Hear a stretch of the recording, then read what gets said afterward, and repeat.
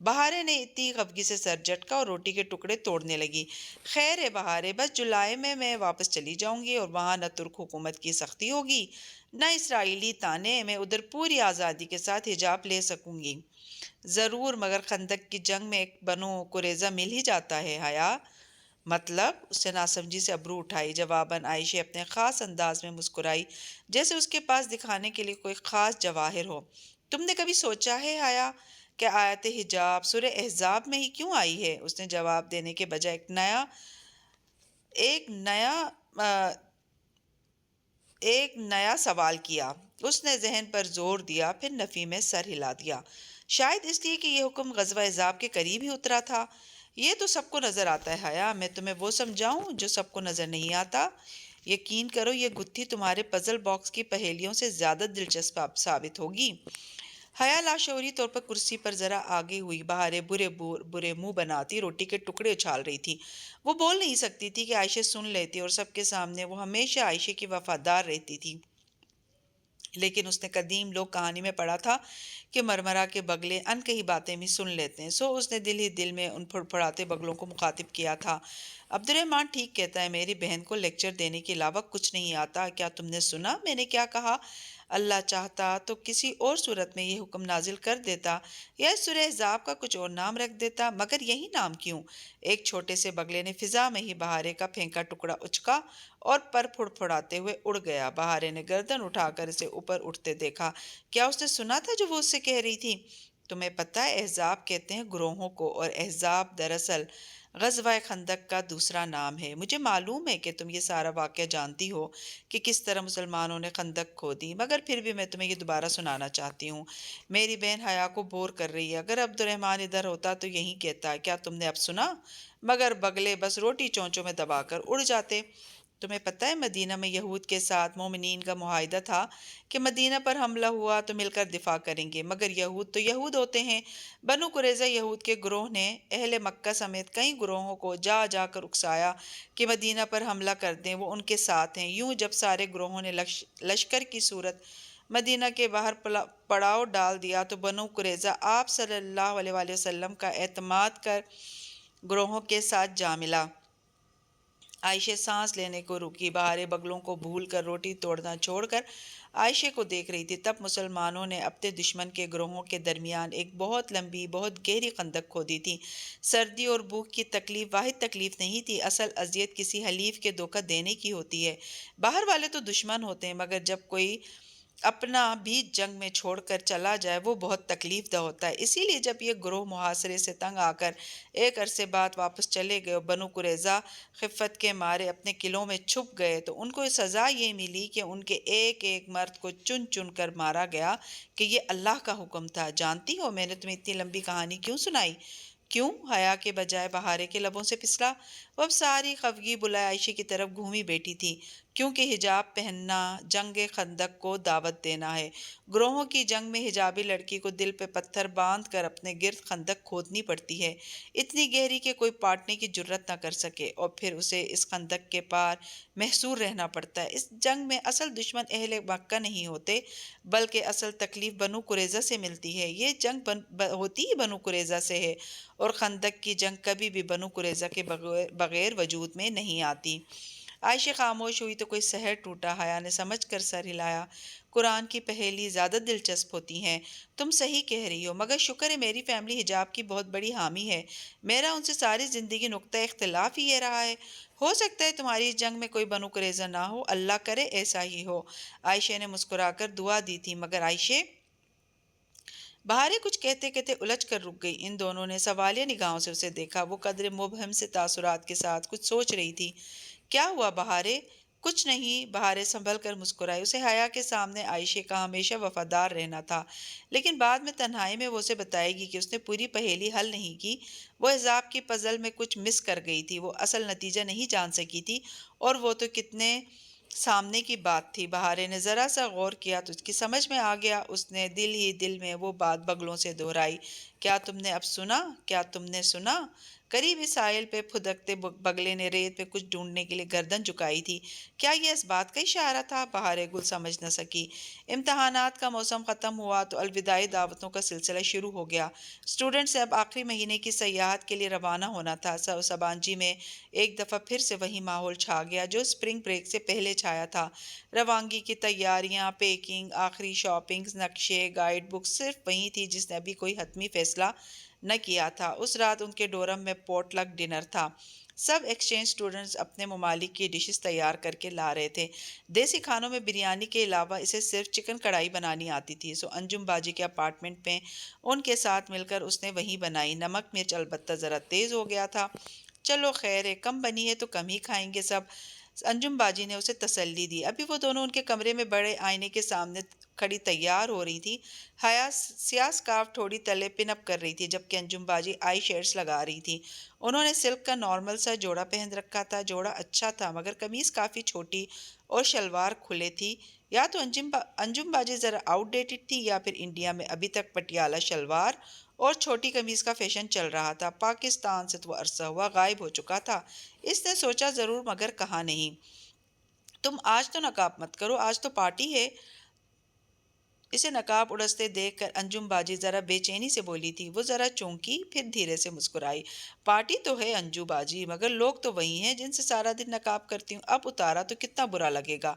اس نے بہت رسان سے سمجھایا تو انہوں نے سر ہلا دیا۔ ہاں یہ تو ہے، اپنے دیسی لوگ کتنے اچھے ہوتے ہیں نا، حجاب پہ آپ کو اذیت نہیں دیتے جیسے ٹالی جیسے لوگ دیتے ہیں۔ شکر ہے انجم باجی نے دوبارہ اعتراض نہیں کیا، کرنا بھی نہیں چاہیے، وہ بھی تو ان کے پرانے فیشن پہ کچھ نہیں بولی تھی۔ اس نے پیشانی سے سکارف ٹھیک کرتے ہوئے سوچا تھا۔ آج اس نے سیاہ سلک بلاؤز اور سکرٹ کے ساتھ سیاہ سکارف لیا تھا۔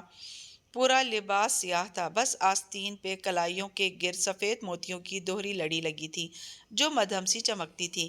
ڈورم بلاک کے کامن روم میں روشنیوں کا سا سما تھا۔ کرسیوں کے پھول ویسے ہی بنے تھے جیسے حسین کی سالگرہ کے دن بنائے گئے تھے۔ اس کا جنجر بریڈ ہاؤس اور ڈی جے۔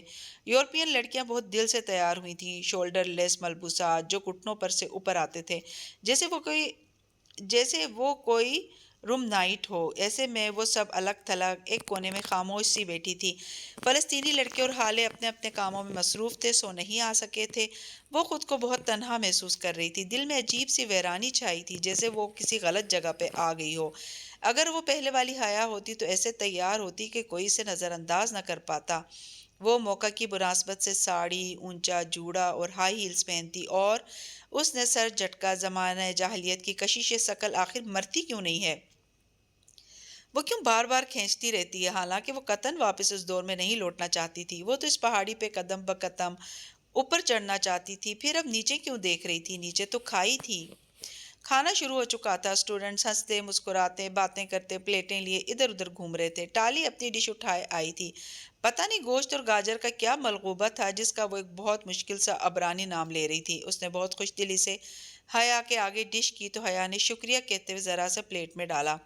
ٹالی مسکرا کر آگے بڑھ گئی۔ حیا نے تمام سوچوں کو ذہن سے جھٹکتے کانٹے میں گوشت کا ٹکڑا پھنسایا، پھر ایک دم ٹھہر گئی۔ وہ نقاب میں بیٹھی تھی۔ نقاب کے ساتھ وہ کیسے کھا سکتی تھی؟ اسے کیوں بھول گیا کہ وہ نقاب کے ساتھ نہیں کھا سکتی؟ اس نے بے بسی سے ارد گرد دیکھا، کوئی اس کی طرف متوجہ نہیں تھا مگر وہاں بہت سے لڑکے تھے۔ وہ نقاب نہیں اتار سکتی تھی، کم از کم ٹالی کے اس ملغوبے کے لیے تو نہیں۔ اس نے بے دلی سے کانٹا پلیٹ میں گرا دیا۔ دل کی ویرانی بڑھ گئی تھی۔ اتنے سارے ایک جیسے لوگوں میں ایک ہی مختلف سی لڑکی پتہ نہیں کہاں سے آ گئی تھی۔ وہ ان سب میں بالکل مس فٹ تھی، اجنبی، ایلین، کسی اور دنیا سے تعلق رکھنے والی۔ یہ اس کی دنیا نہیں تھی۔ آگے پاکستان میں بھی تو دعوتیں اور تقریبات ہوں گی، وہ تو ادھر بھی مس فٹ لگے گی۔ یوں اس لبادے میں خود کو لپیٹے الگ تھلگ خاموش سی، لوگ تو اسے پاگل کہیں گے، اسے اجنبی کہیں گے، اسے لوگوں کی باتوں سے فرق نہیں پڑتا تھا مگر خود اس کو سارا منظر بہت اجنبی اجنبی سا لگ رہا تھا۔ وہ جیسے انگریزی میں کہتے ہیں اوڈون آؤٹ، وہ وہی بن چکی تھی۔ گھٹن بڑھ گئی تھی۔ اسے لگا اگر وہ کچھ دیر مزید بیٹھی تو رو دے گی۔ اسے یہاں سے کہیں بہت دور چلے جانا چاہیے، کسی جنگل میں جہاں وہ اجنبی نہ ہو۔ وہ تیزی سے اٹھی اور دروازے کی طرف بڑھی۔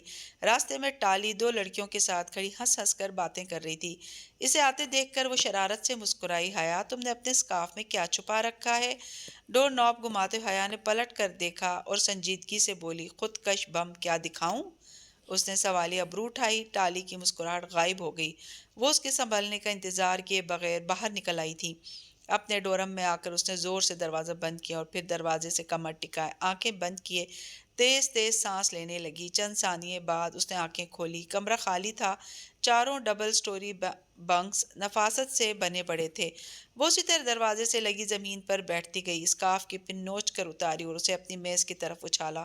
وہ کرسی پر جا گرا، ایک پلو لٹکتا ہوا زمین کو چھونے لگا۔ وہ اسے اٹھانے کے لیے نہیں اٹھی، بس نم آنکھوں سے اسے دیکھے گئی۔ وہ تو کبھی محفلوں کی جان ہوتی تھی، اتنی سحر انگیز کہ اسے کوئی نظر انداز نہیں کر سکتا تھا۔ پھر اب وہ کیسے ایک دم سے اجنبی بن گئی تھی۔ بپ کی آواز کے ساتھ پاکٹ میں رکھا موبائل بجا۔ اس نے فون نکال کر ڈبڈبائی آنکھوں سے دیکھا۔ میجر احمد کا میسج آیا تھا۔ کیسی ہیں آپ؟ بس 3 الفاظ۔ شاید اس کے دل نے اسے بتا دیا تھا کہ وہ بہت ٹوٹی ہوئی بکھری ہوئی سی ہے۔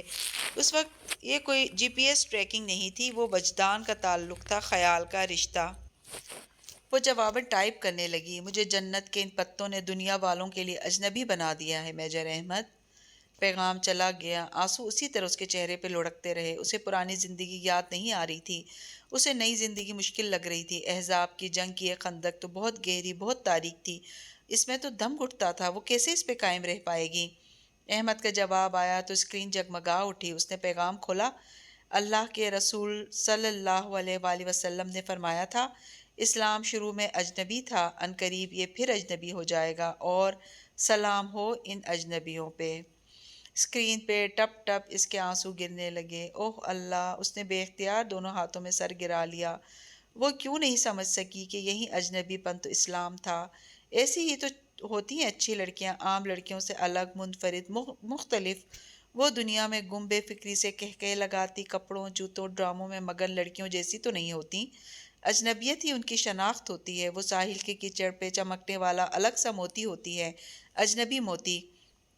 وہ دھیرے سے مسکرائی اور ہتھیلی کی پشت سے آنسو رگڑے۔ وہ ایک مضبوط لڑکی ہے، اسے اتنی جلدی ہار نہیں ماننی۔ وہ اس اجنبی طریقے سے اس دنیا میں سر اٹھا کر سب کے درمیان جیے گی، اور وہ دنیا والوں کو یہ کر کے دکھائے گی۔ آئندہ وہ کوئی پارٹی چھوڑ کر نہیں آئے گی، وہ پورے اعتماد سے ان میں بیٹھے گی۔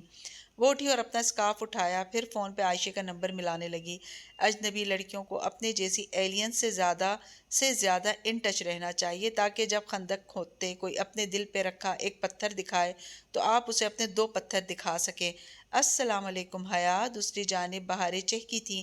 میں ابھی تمہارے بارے میں ہی سوچ رہی تھی۔ اچھا، تم کیا سوچ رہی تھی؟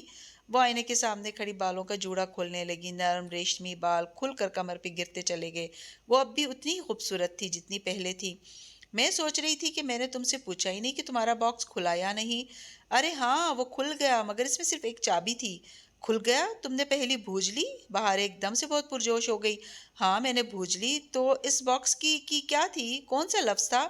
بہارے کو بہت بے چینی تھی۔ اس نے بھی حیا کے باکس پہ زور آزمائی کی تھی، مگر سب اس کے اوپر سے گزر گیا تھا۔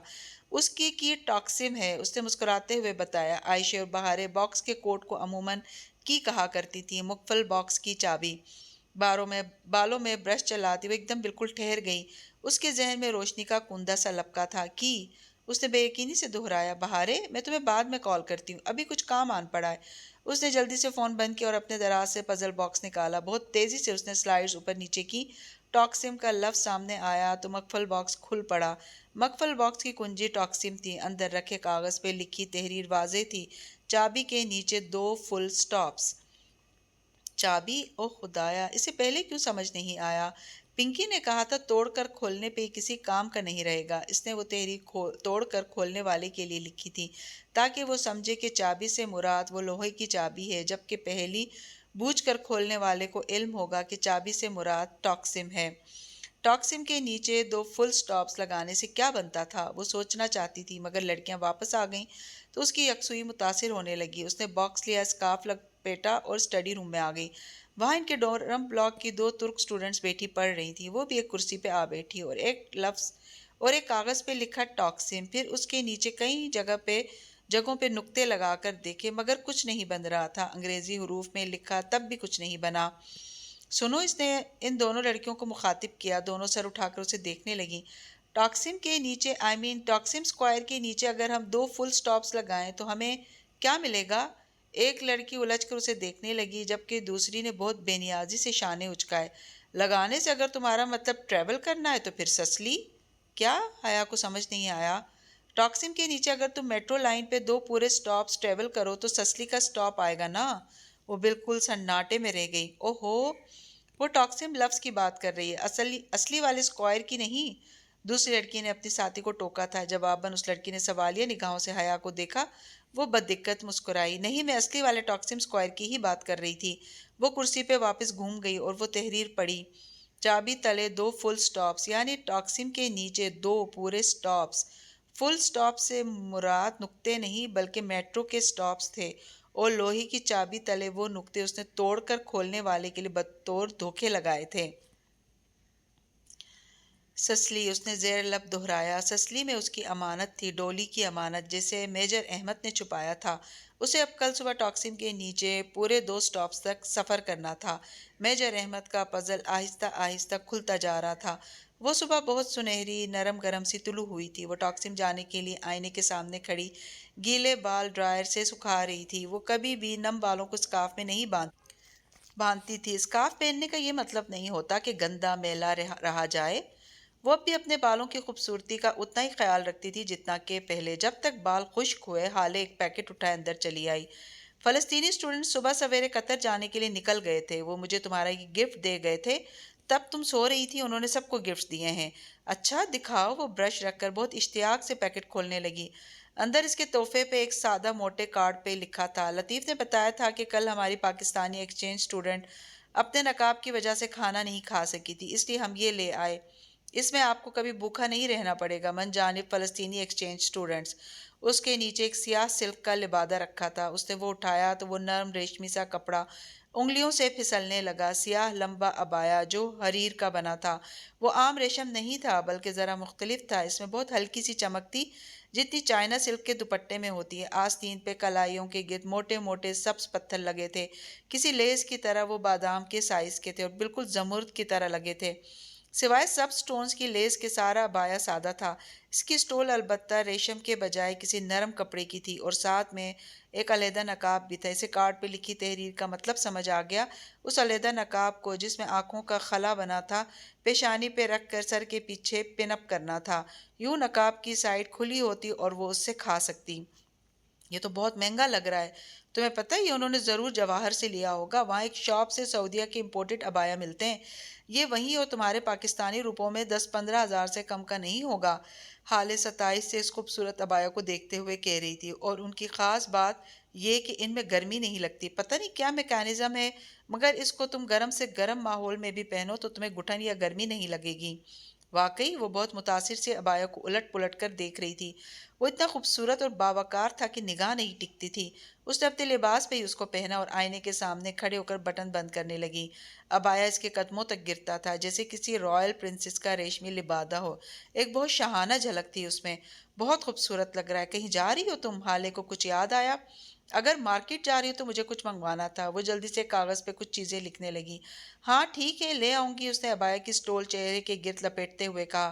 بس مجھے سسلی سے ایک امانت اٹھانی ہے، زیادہ دیر نہیں لگے گی۔ حالے نے جو میز پہ کاغذ رکھے کچھ لکھ رہی تھی، ناسمجھی سے سر اٹھایا۔ امانت؟ کیا کسی نے تمہارے لیے رکھوائی ہے؟ یہی سمجھ لو۔ اس نے ذرا سے شانے اچکائے۔ چابی ہے تمہارے پاس؟ حالے نے عادتاً پوچھا۔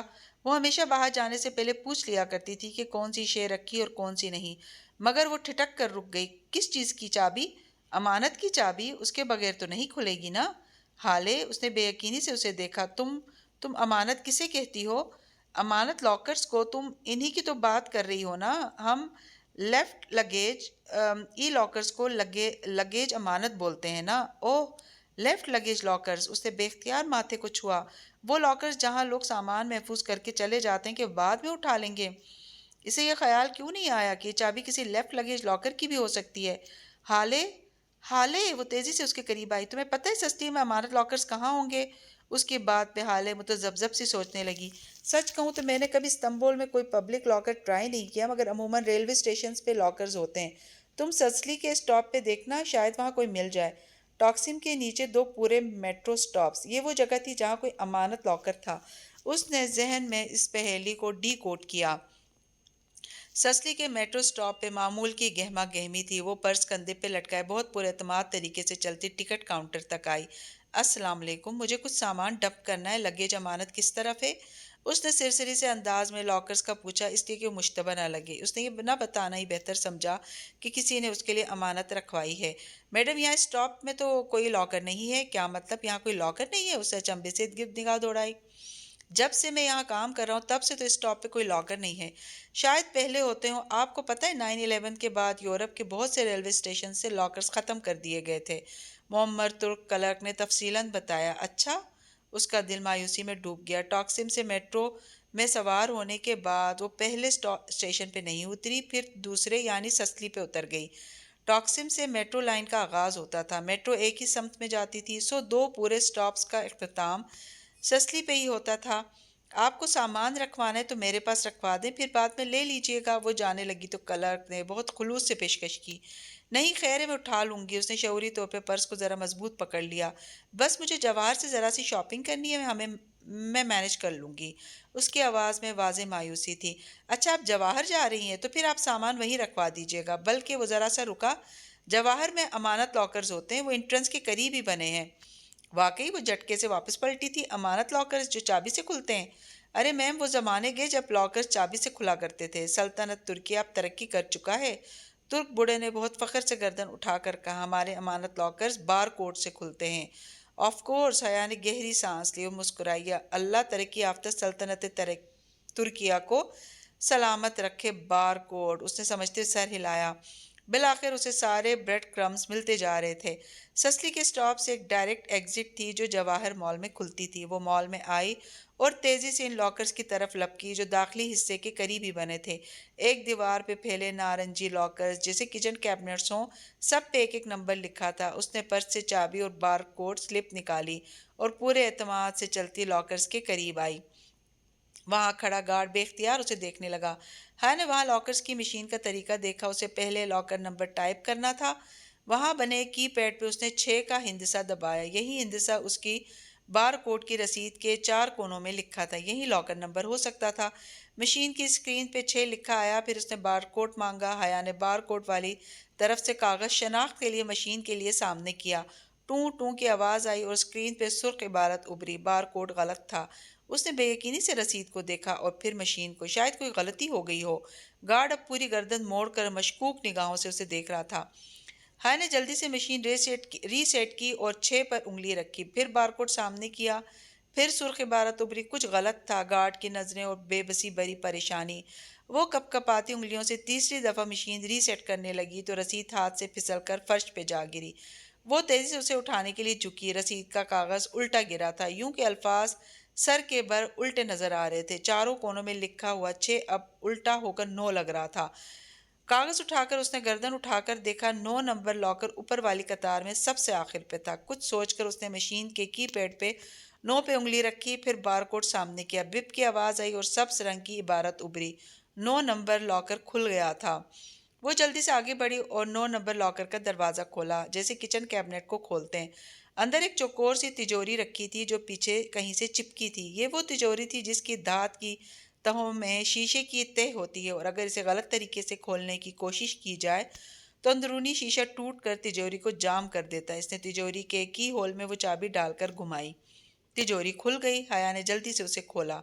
اندر ایک چھوٹی سی سیاہ مخملی ڈبی رکھی تھی جسے انگوٹھی کی ڈبی ہوتی ہے۔ اس نے وہ ڈبی مٹھی میں دبائی اور احتیاط سے اپنے کھلے بیگ کے اندر گرا دیا کہ پیچھے کھڑا گارڈ نہ دیکھ سکے۔ 2 منٹ کے بعد وہ مال کے باہر کھڑی تھی۔ اس نے بیگ کو مضبوطی سے پکڑ رکھا تھا۔ ترکی اور ترکی کے ایڈونچرز، وہ کبھی ان پر ایک کتاب ضرور لکھے گی، اس نے مسکراتے ہوئے سوچا تھا۔ فی الحال اسے ایک ایسی جگہ کی تلاش تھی جہاں بیٹھ کر وہ آرام سے وہ ڈبی کھول سکے۔ دفتن اس کا موبائل بجا۔ آپ کا سرپرائز برگر کنگ کی پینٹری میں آپ کا انتظار کر رہا ہے، ARP۔ 2 سطور کا وہ مختصر سا پیغام اس کو سن کر گیا۔ کہیں عبد الرحمن جہان کے پاس تو نہیں چلا گیا؟ اس کی آنکھوں کے سامنے جہان کا ٹوٹا پھوٹا ریسٹورانٹ گھوما تھا۔ اوہ نہیں، وہ واپس زیر زمین میٹرو کی طرف بھاگی تھی۔ برگر کنگ میں معمول کا شور اور رش تھا۔ وہ قریباً دوڑتی ہوئی کچن میں آئی تھی۔ جہان کہاں ہے؟ اس کے حواس باختہ انداز پہ وہاں شیف لڑکے نے ہاتھ روک کر اسے دیکھا۔ وہ پینٹری میں ہے۔ مگر ٹھہریں، آپ ادھر نہ جائیں۔ وہ پینٹری کی طرف بڑھی تو وہ لڑکا اس کے سامنے آ گیا۔ مگر میم پلیز، اس کا کوئی مہمان آیا ہے، وہ اندر ہے۔ اس نے کہا ہے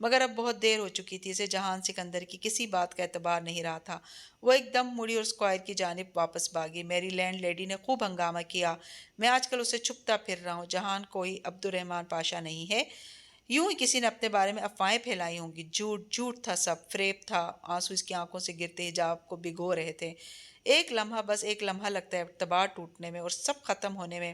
وہ اسے مسلسل فون کر رہا تھا مگر وہ سن نہیں رہی تھی۔ سبانجی واپس پہنچنے تک وہ فیصلہ کر چکی تھی۔ اسے معلوم تھا کہ اسے جہان کی بات لینی چاہیے، سن لینی چاہیے، ایک دفعہ اسے وضاحت دینے کا موقع دینا چاہیے، مگر وہ خوف بے اعتباری کے دکھ سے بڑا تھا جو اسے اپنی لپیٹ میں لے چکا تھا۔ پاشا نے اسے مہرے کے طور پر واضح مہرے کے طور پر استعمال کیا، ایک بلیک میلنگ ہتھیار کے طور پہ۔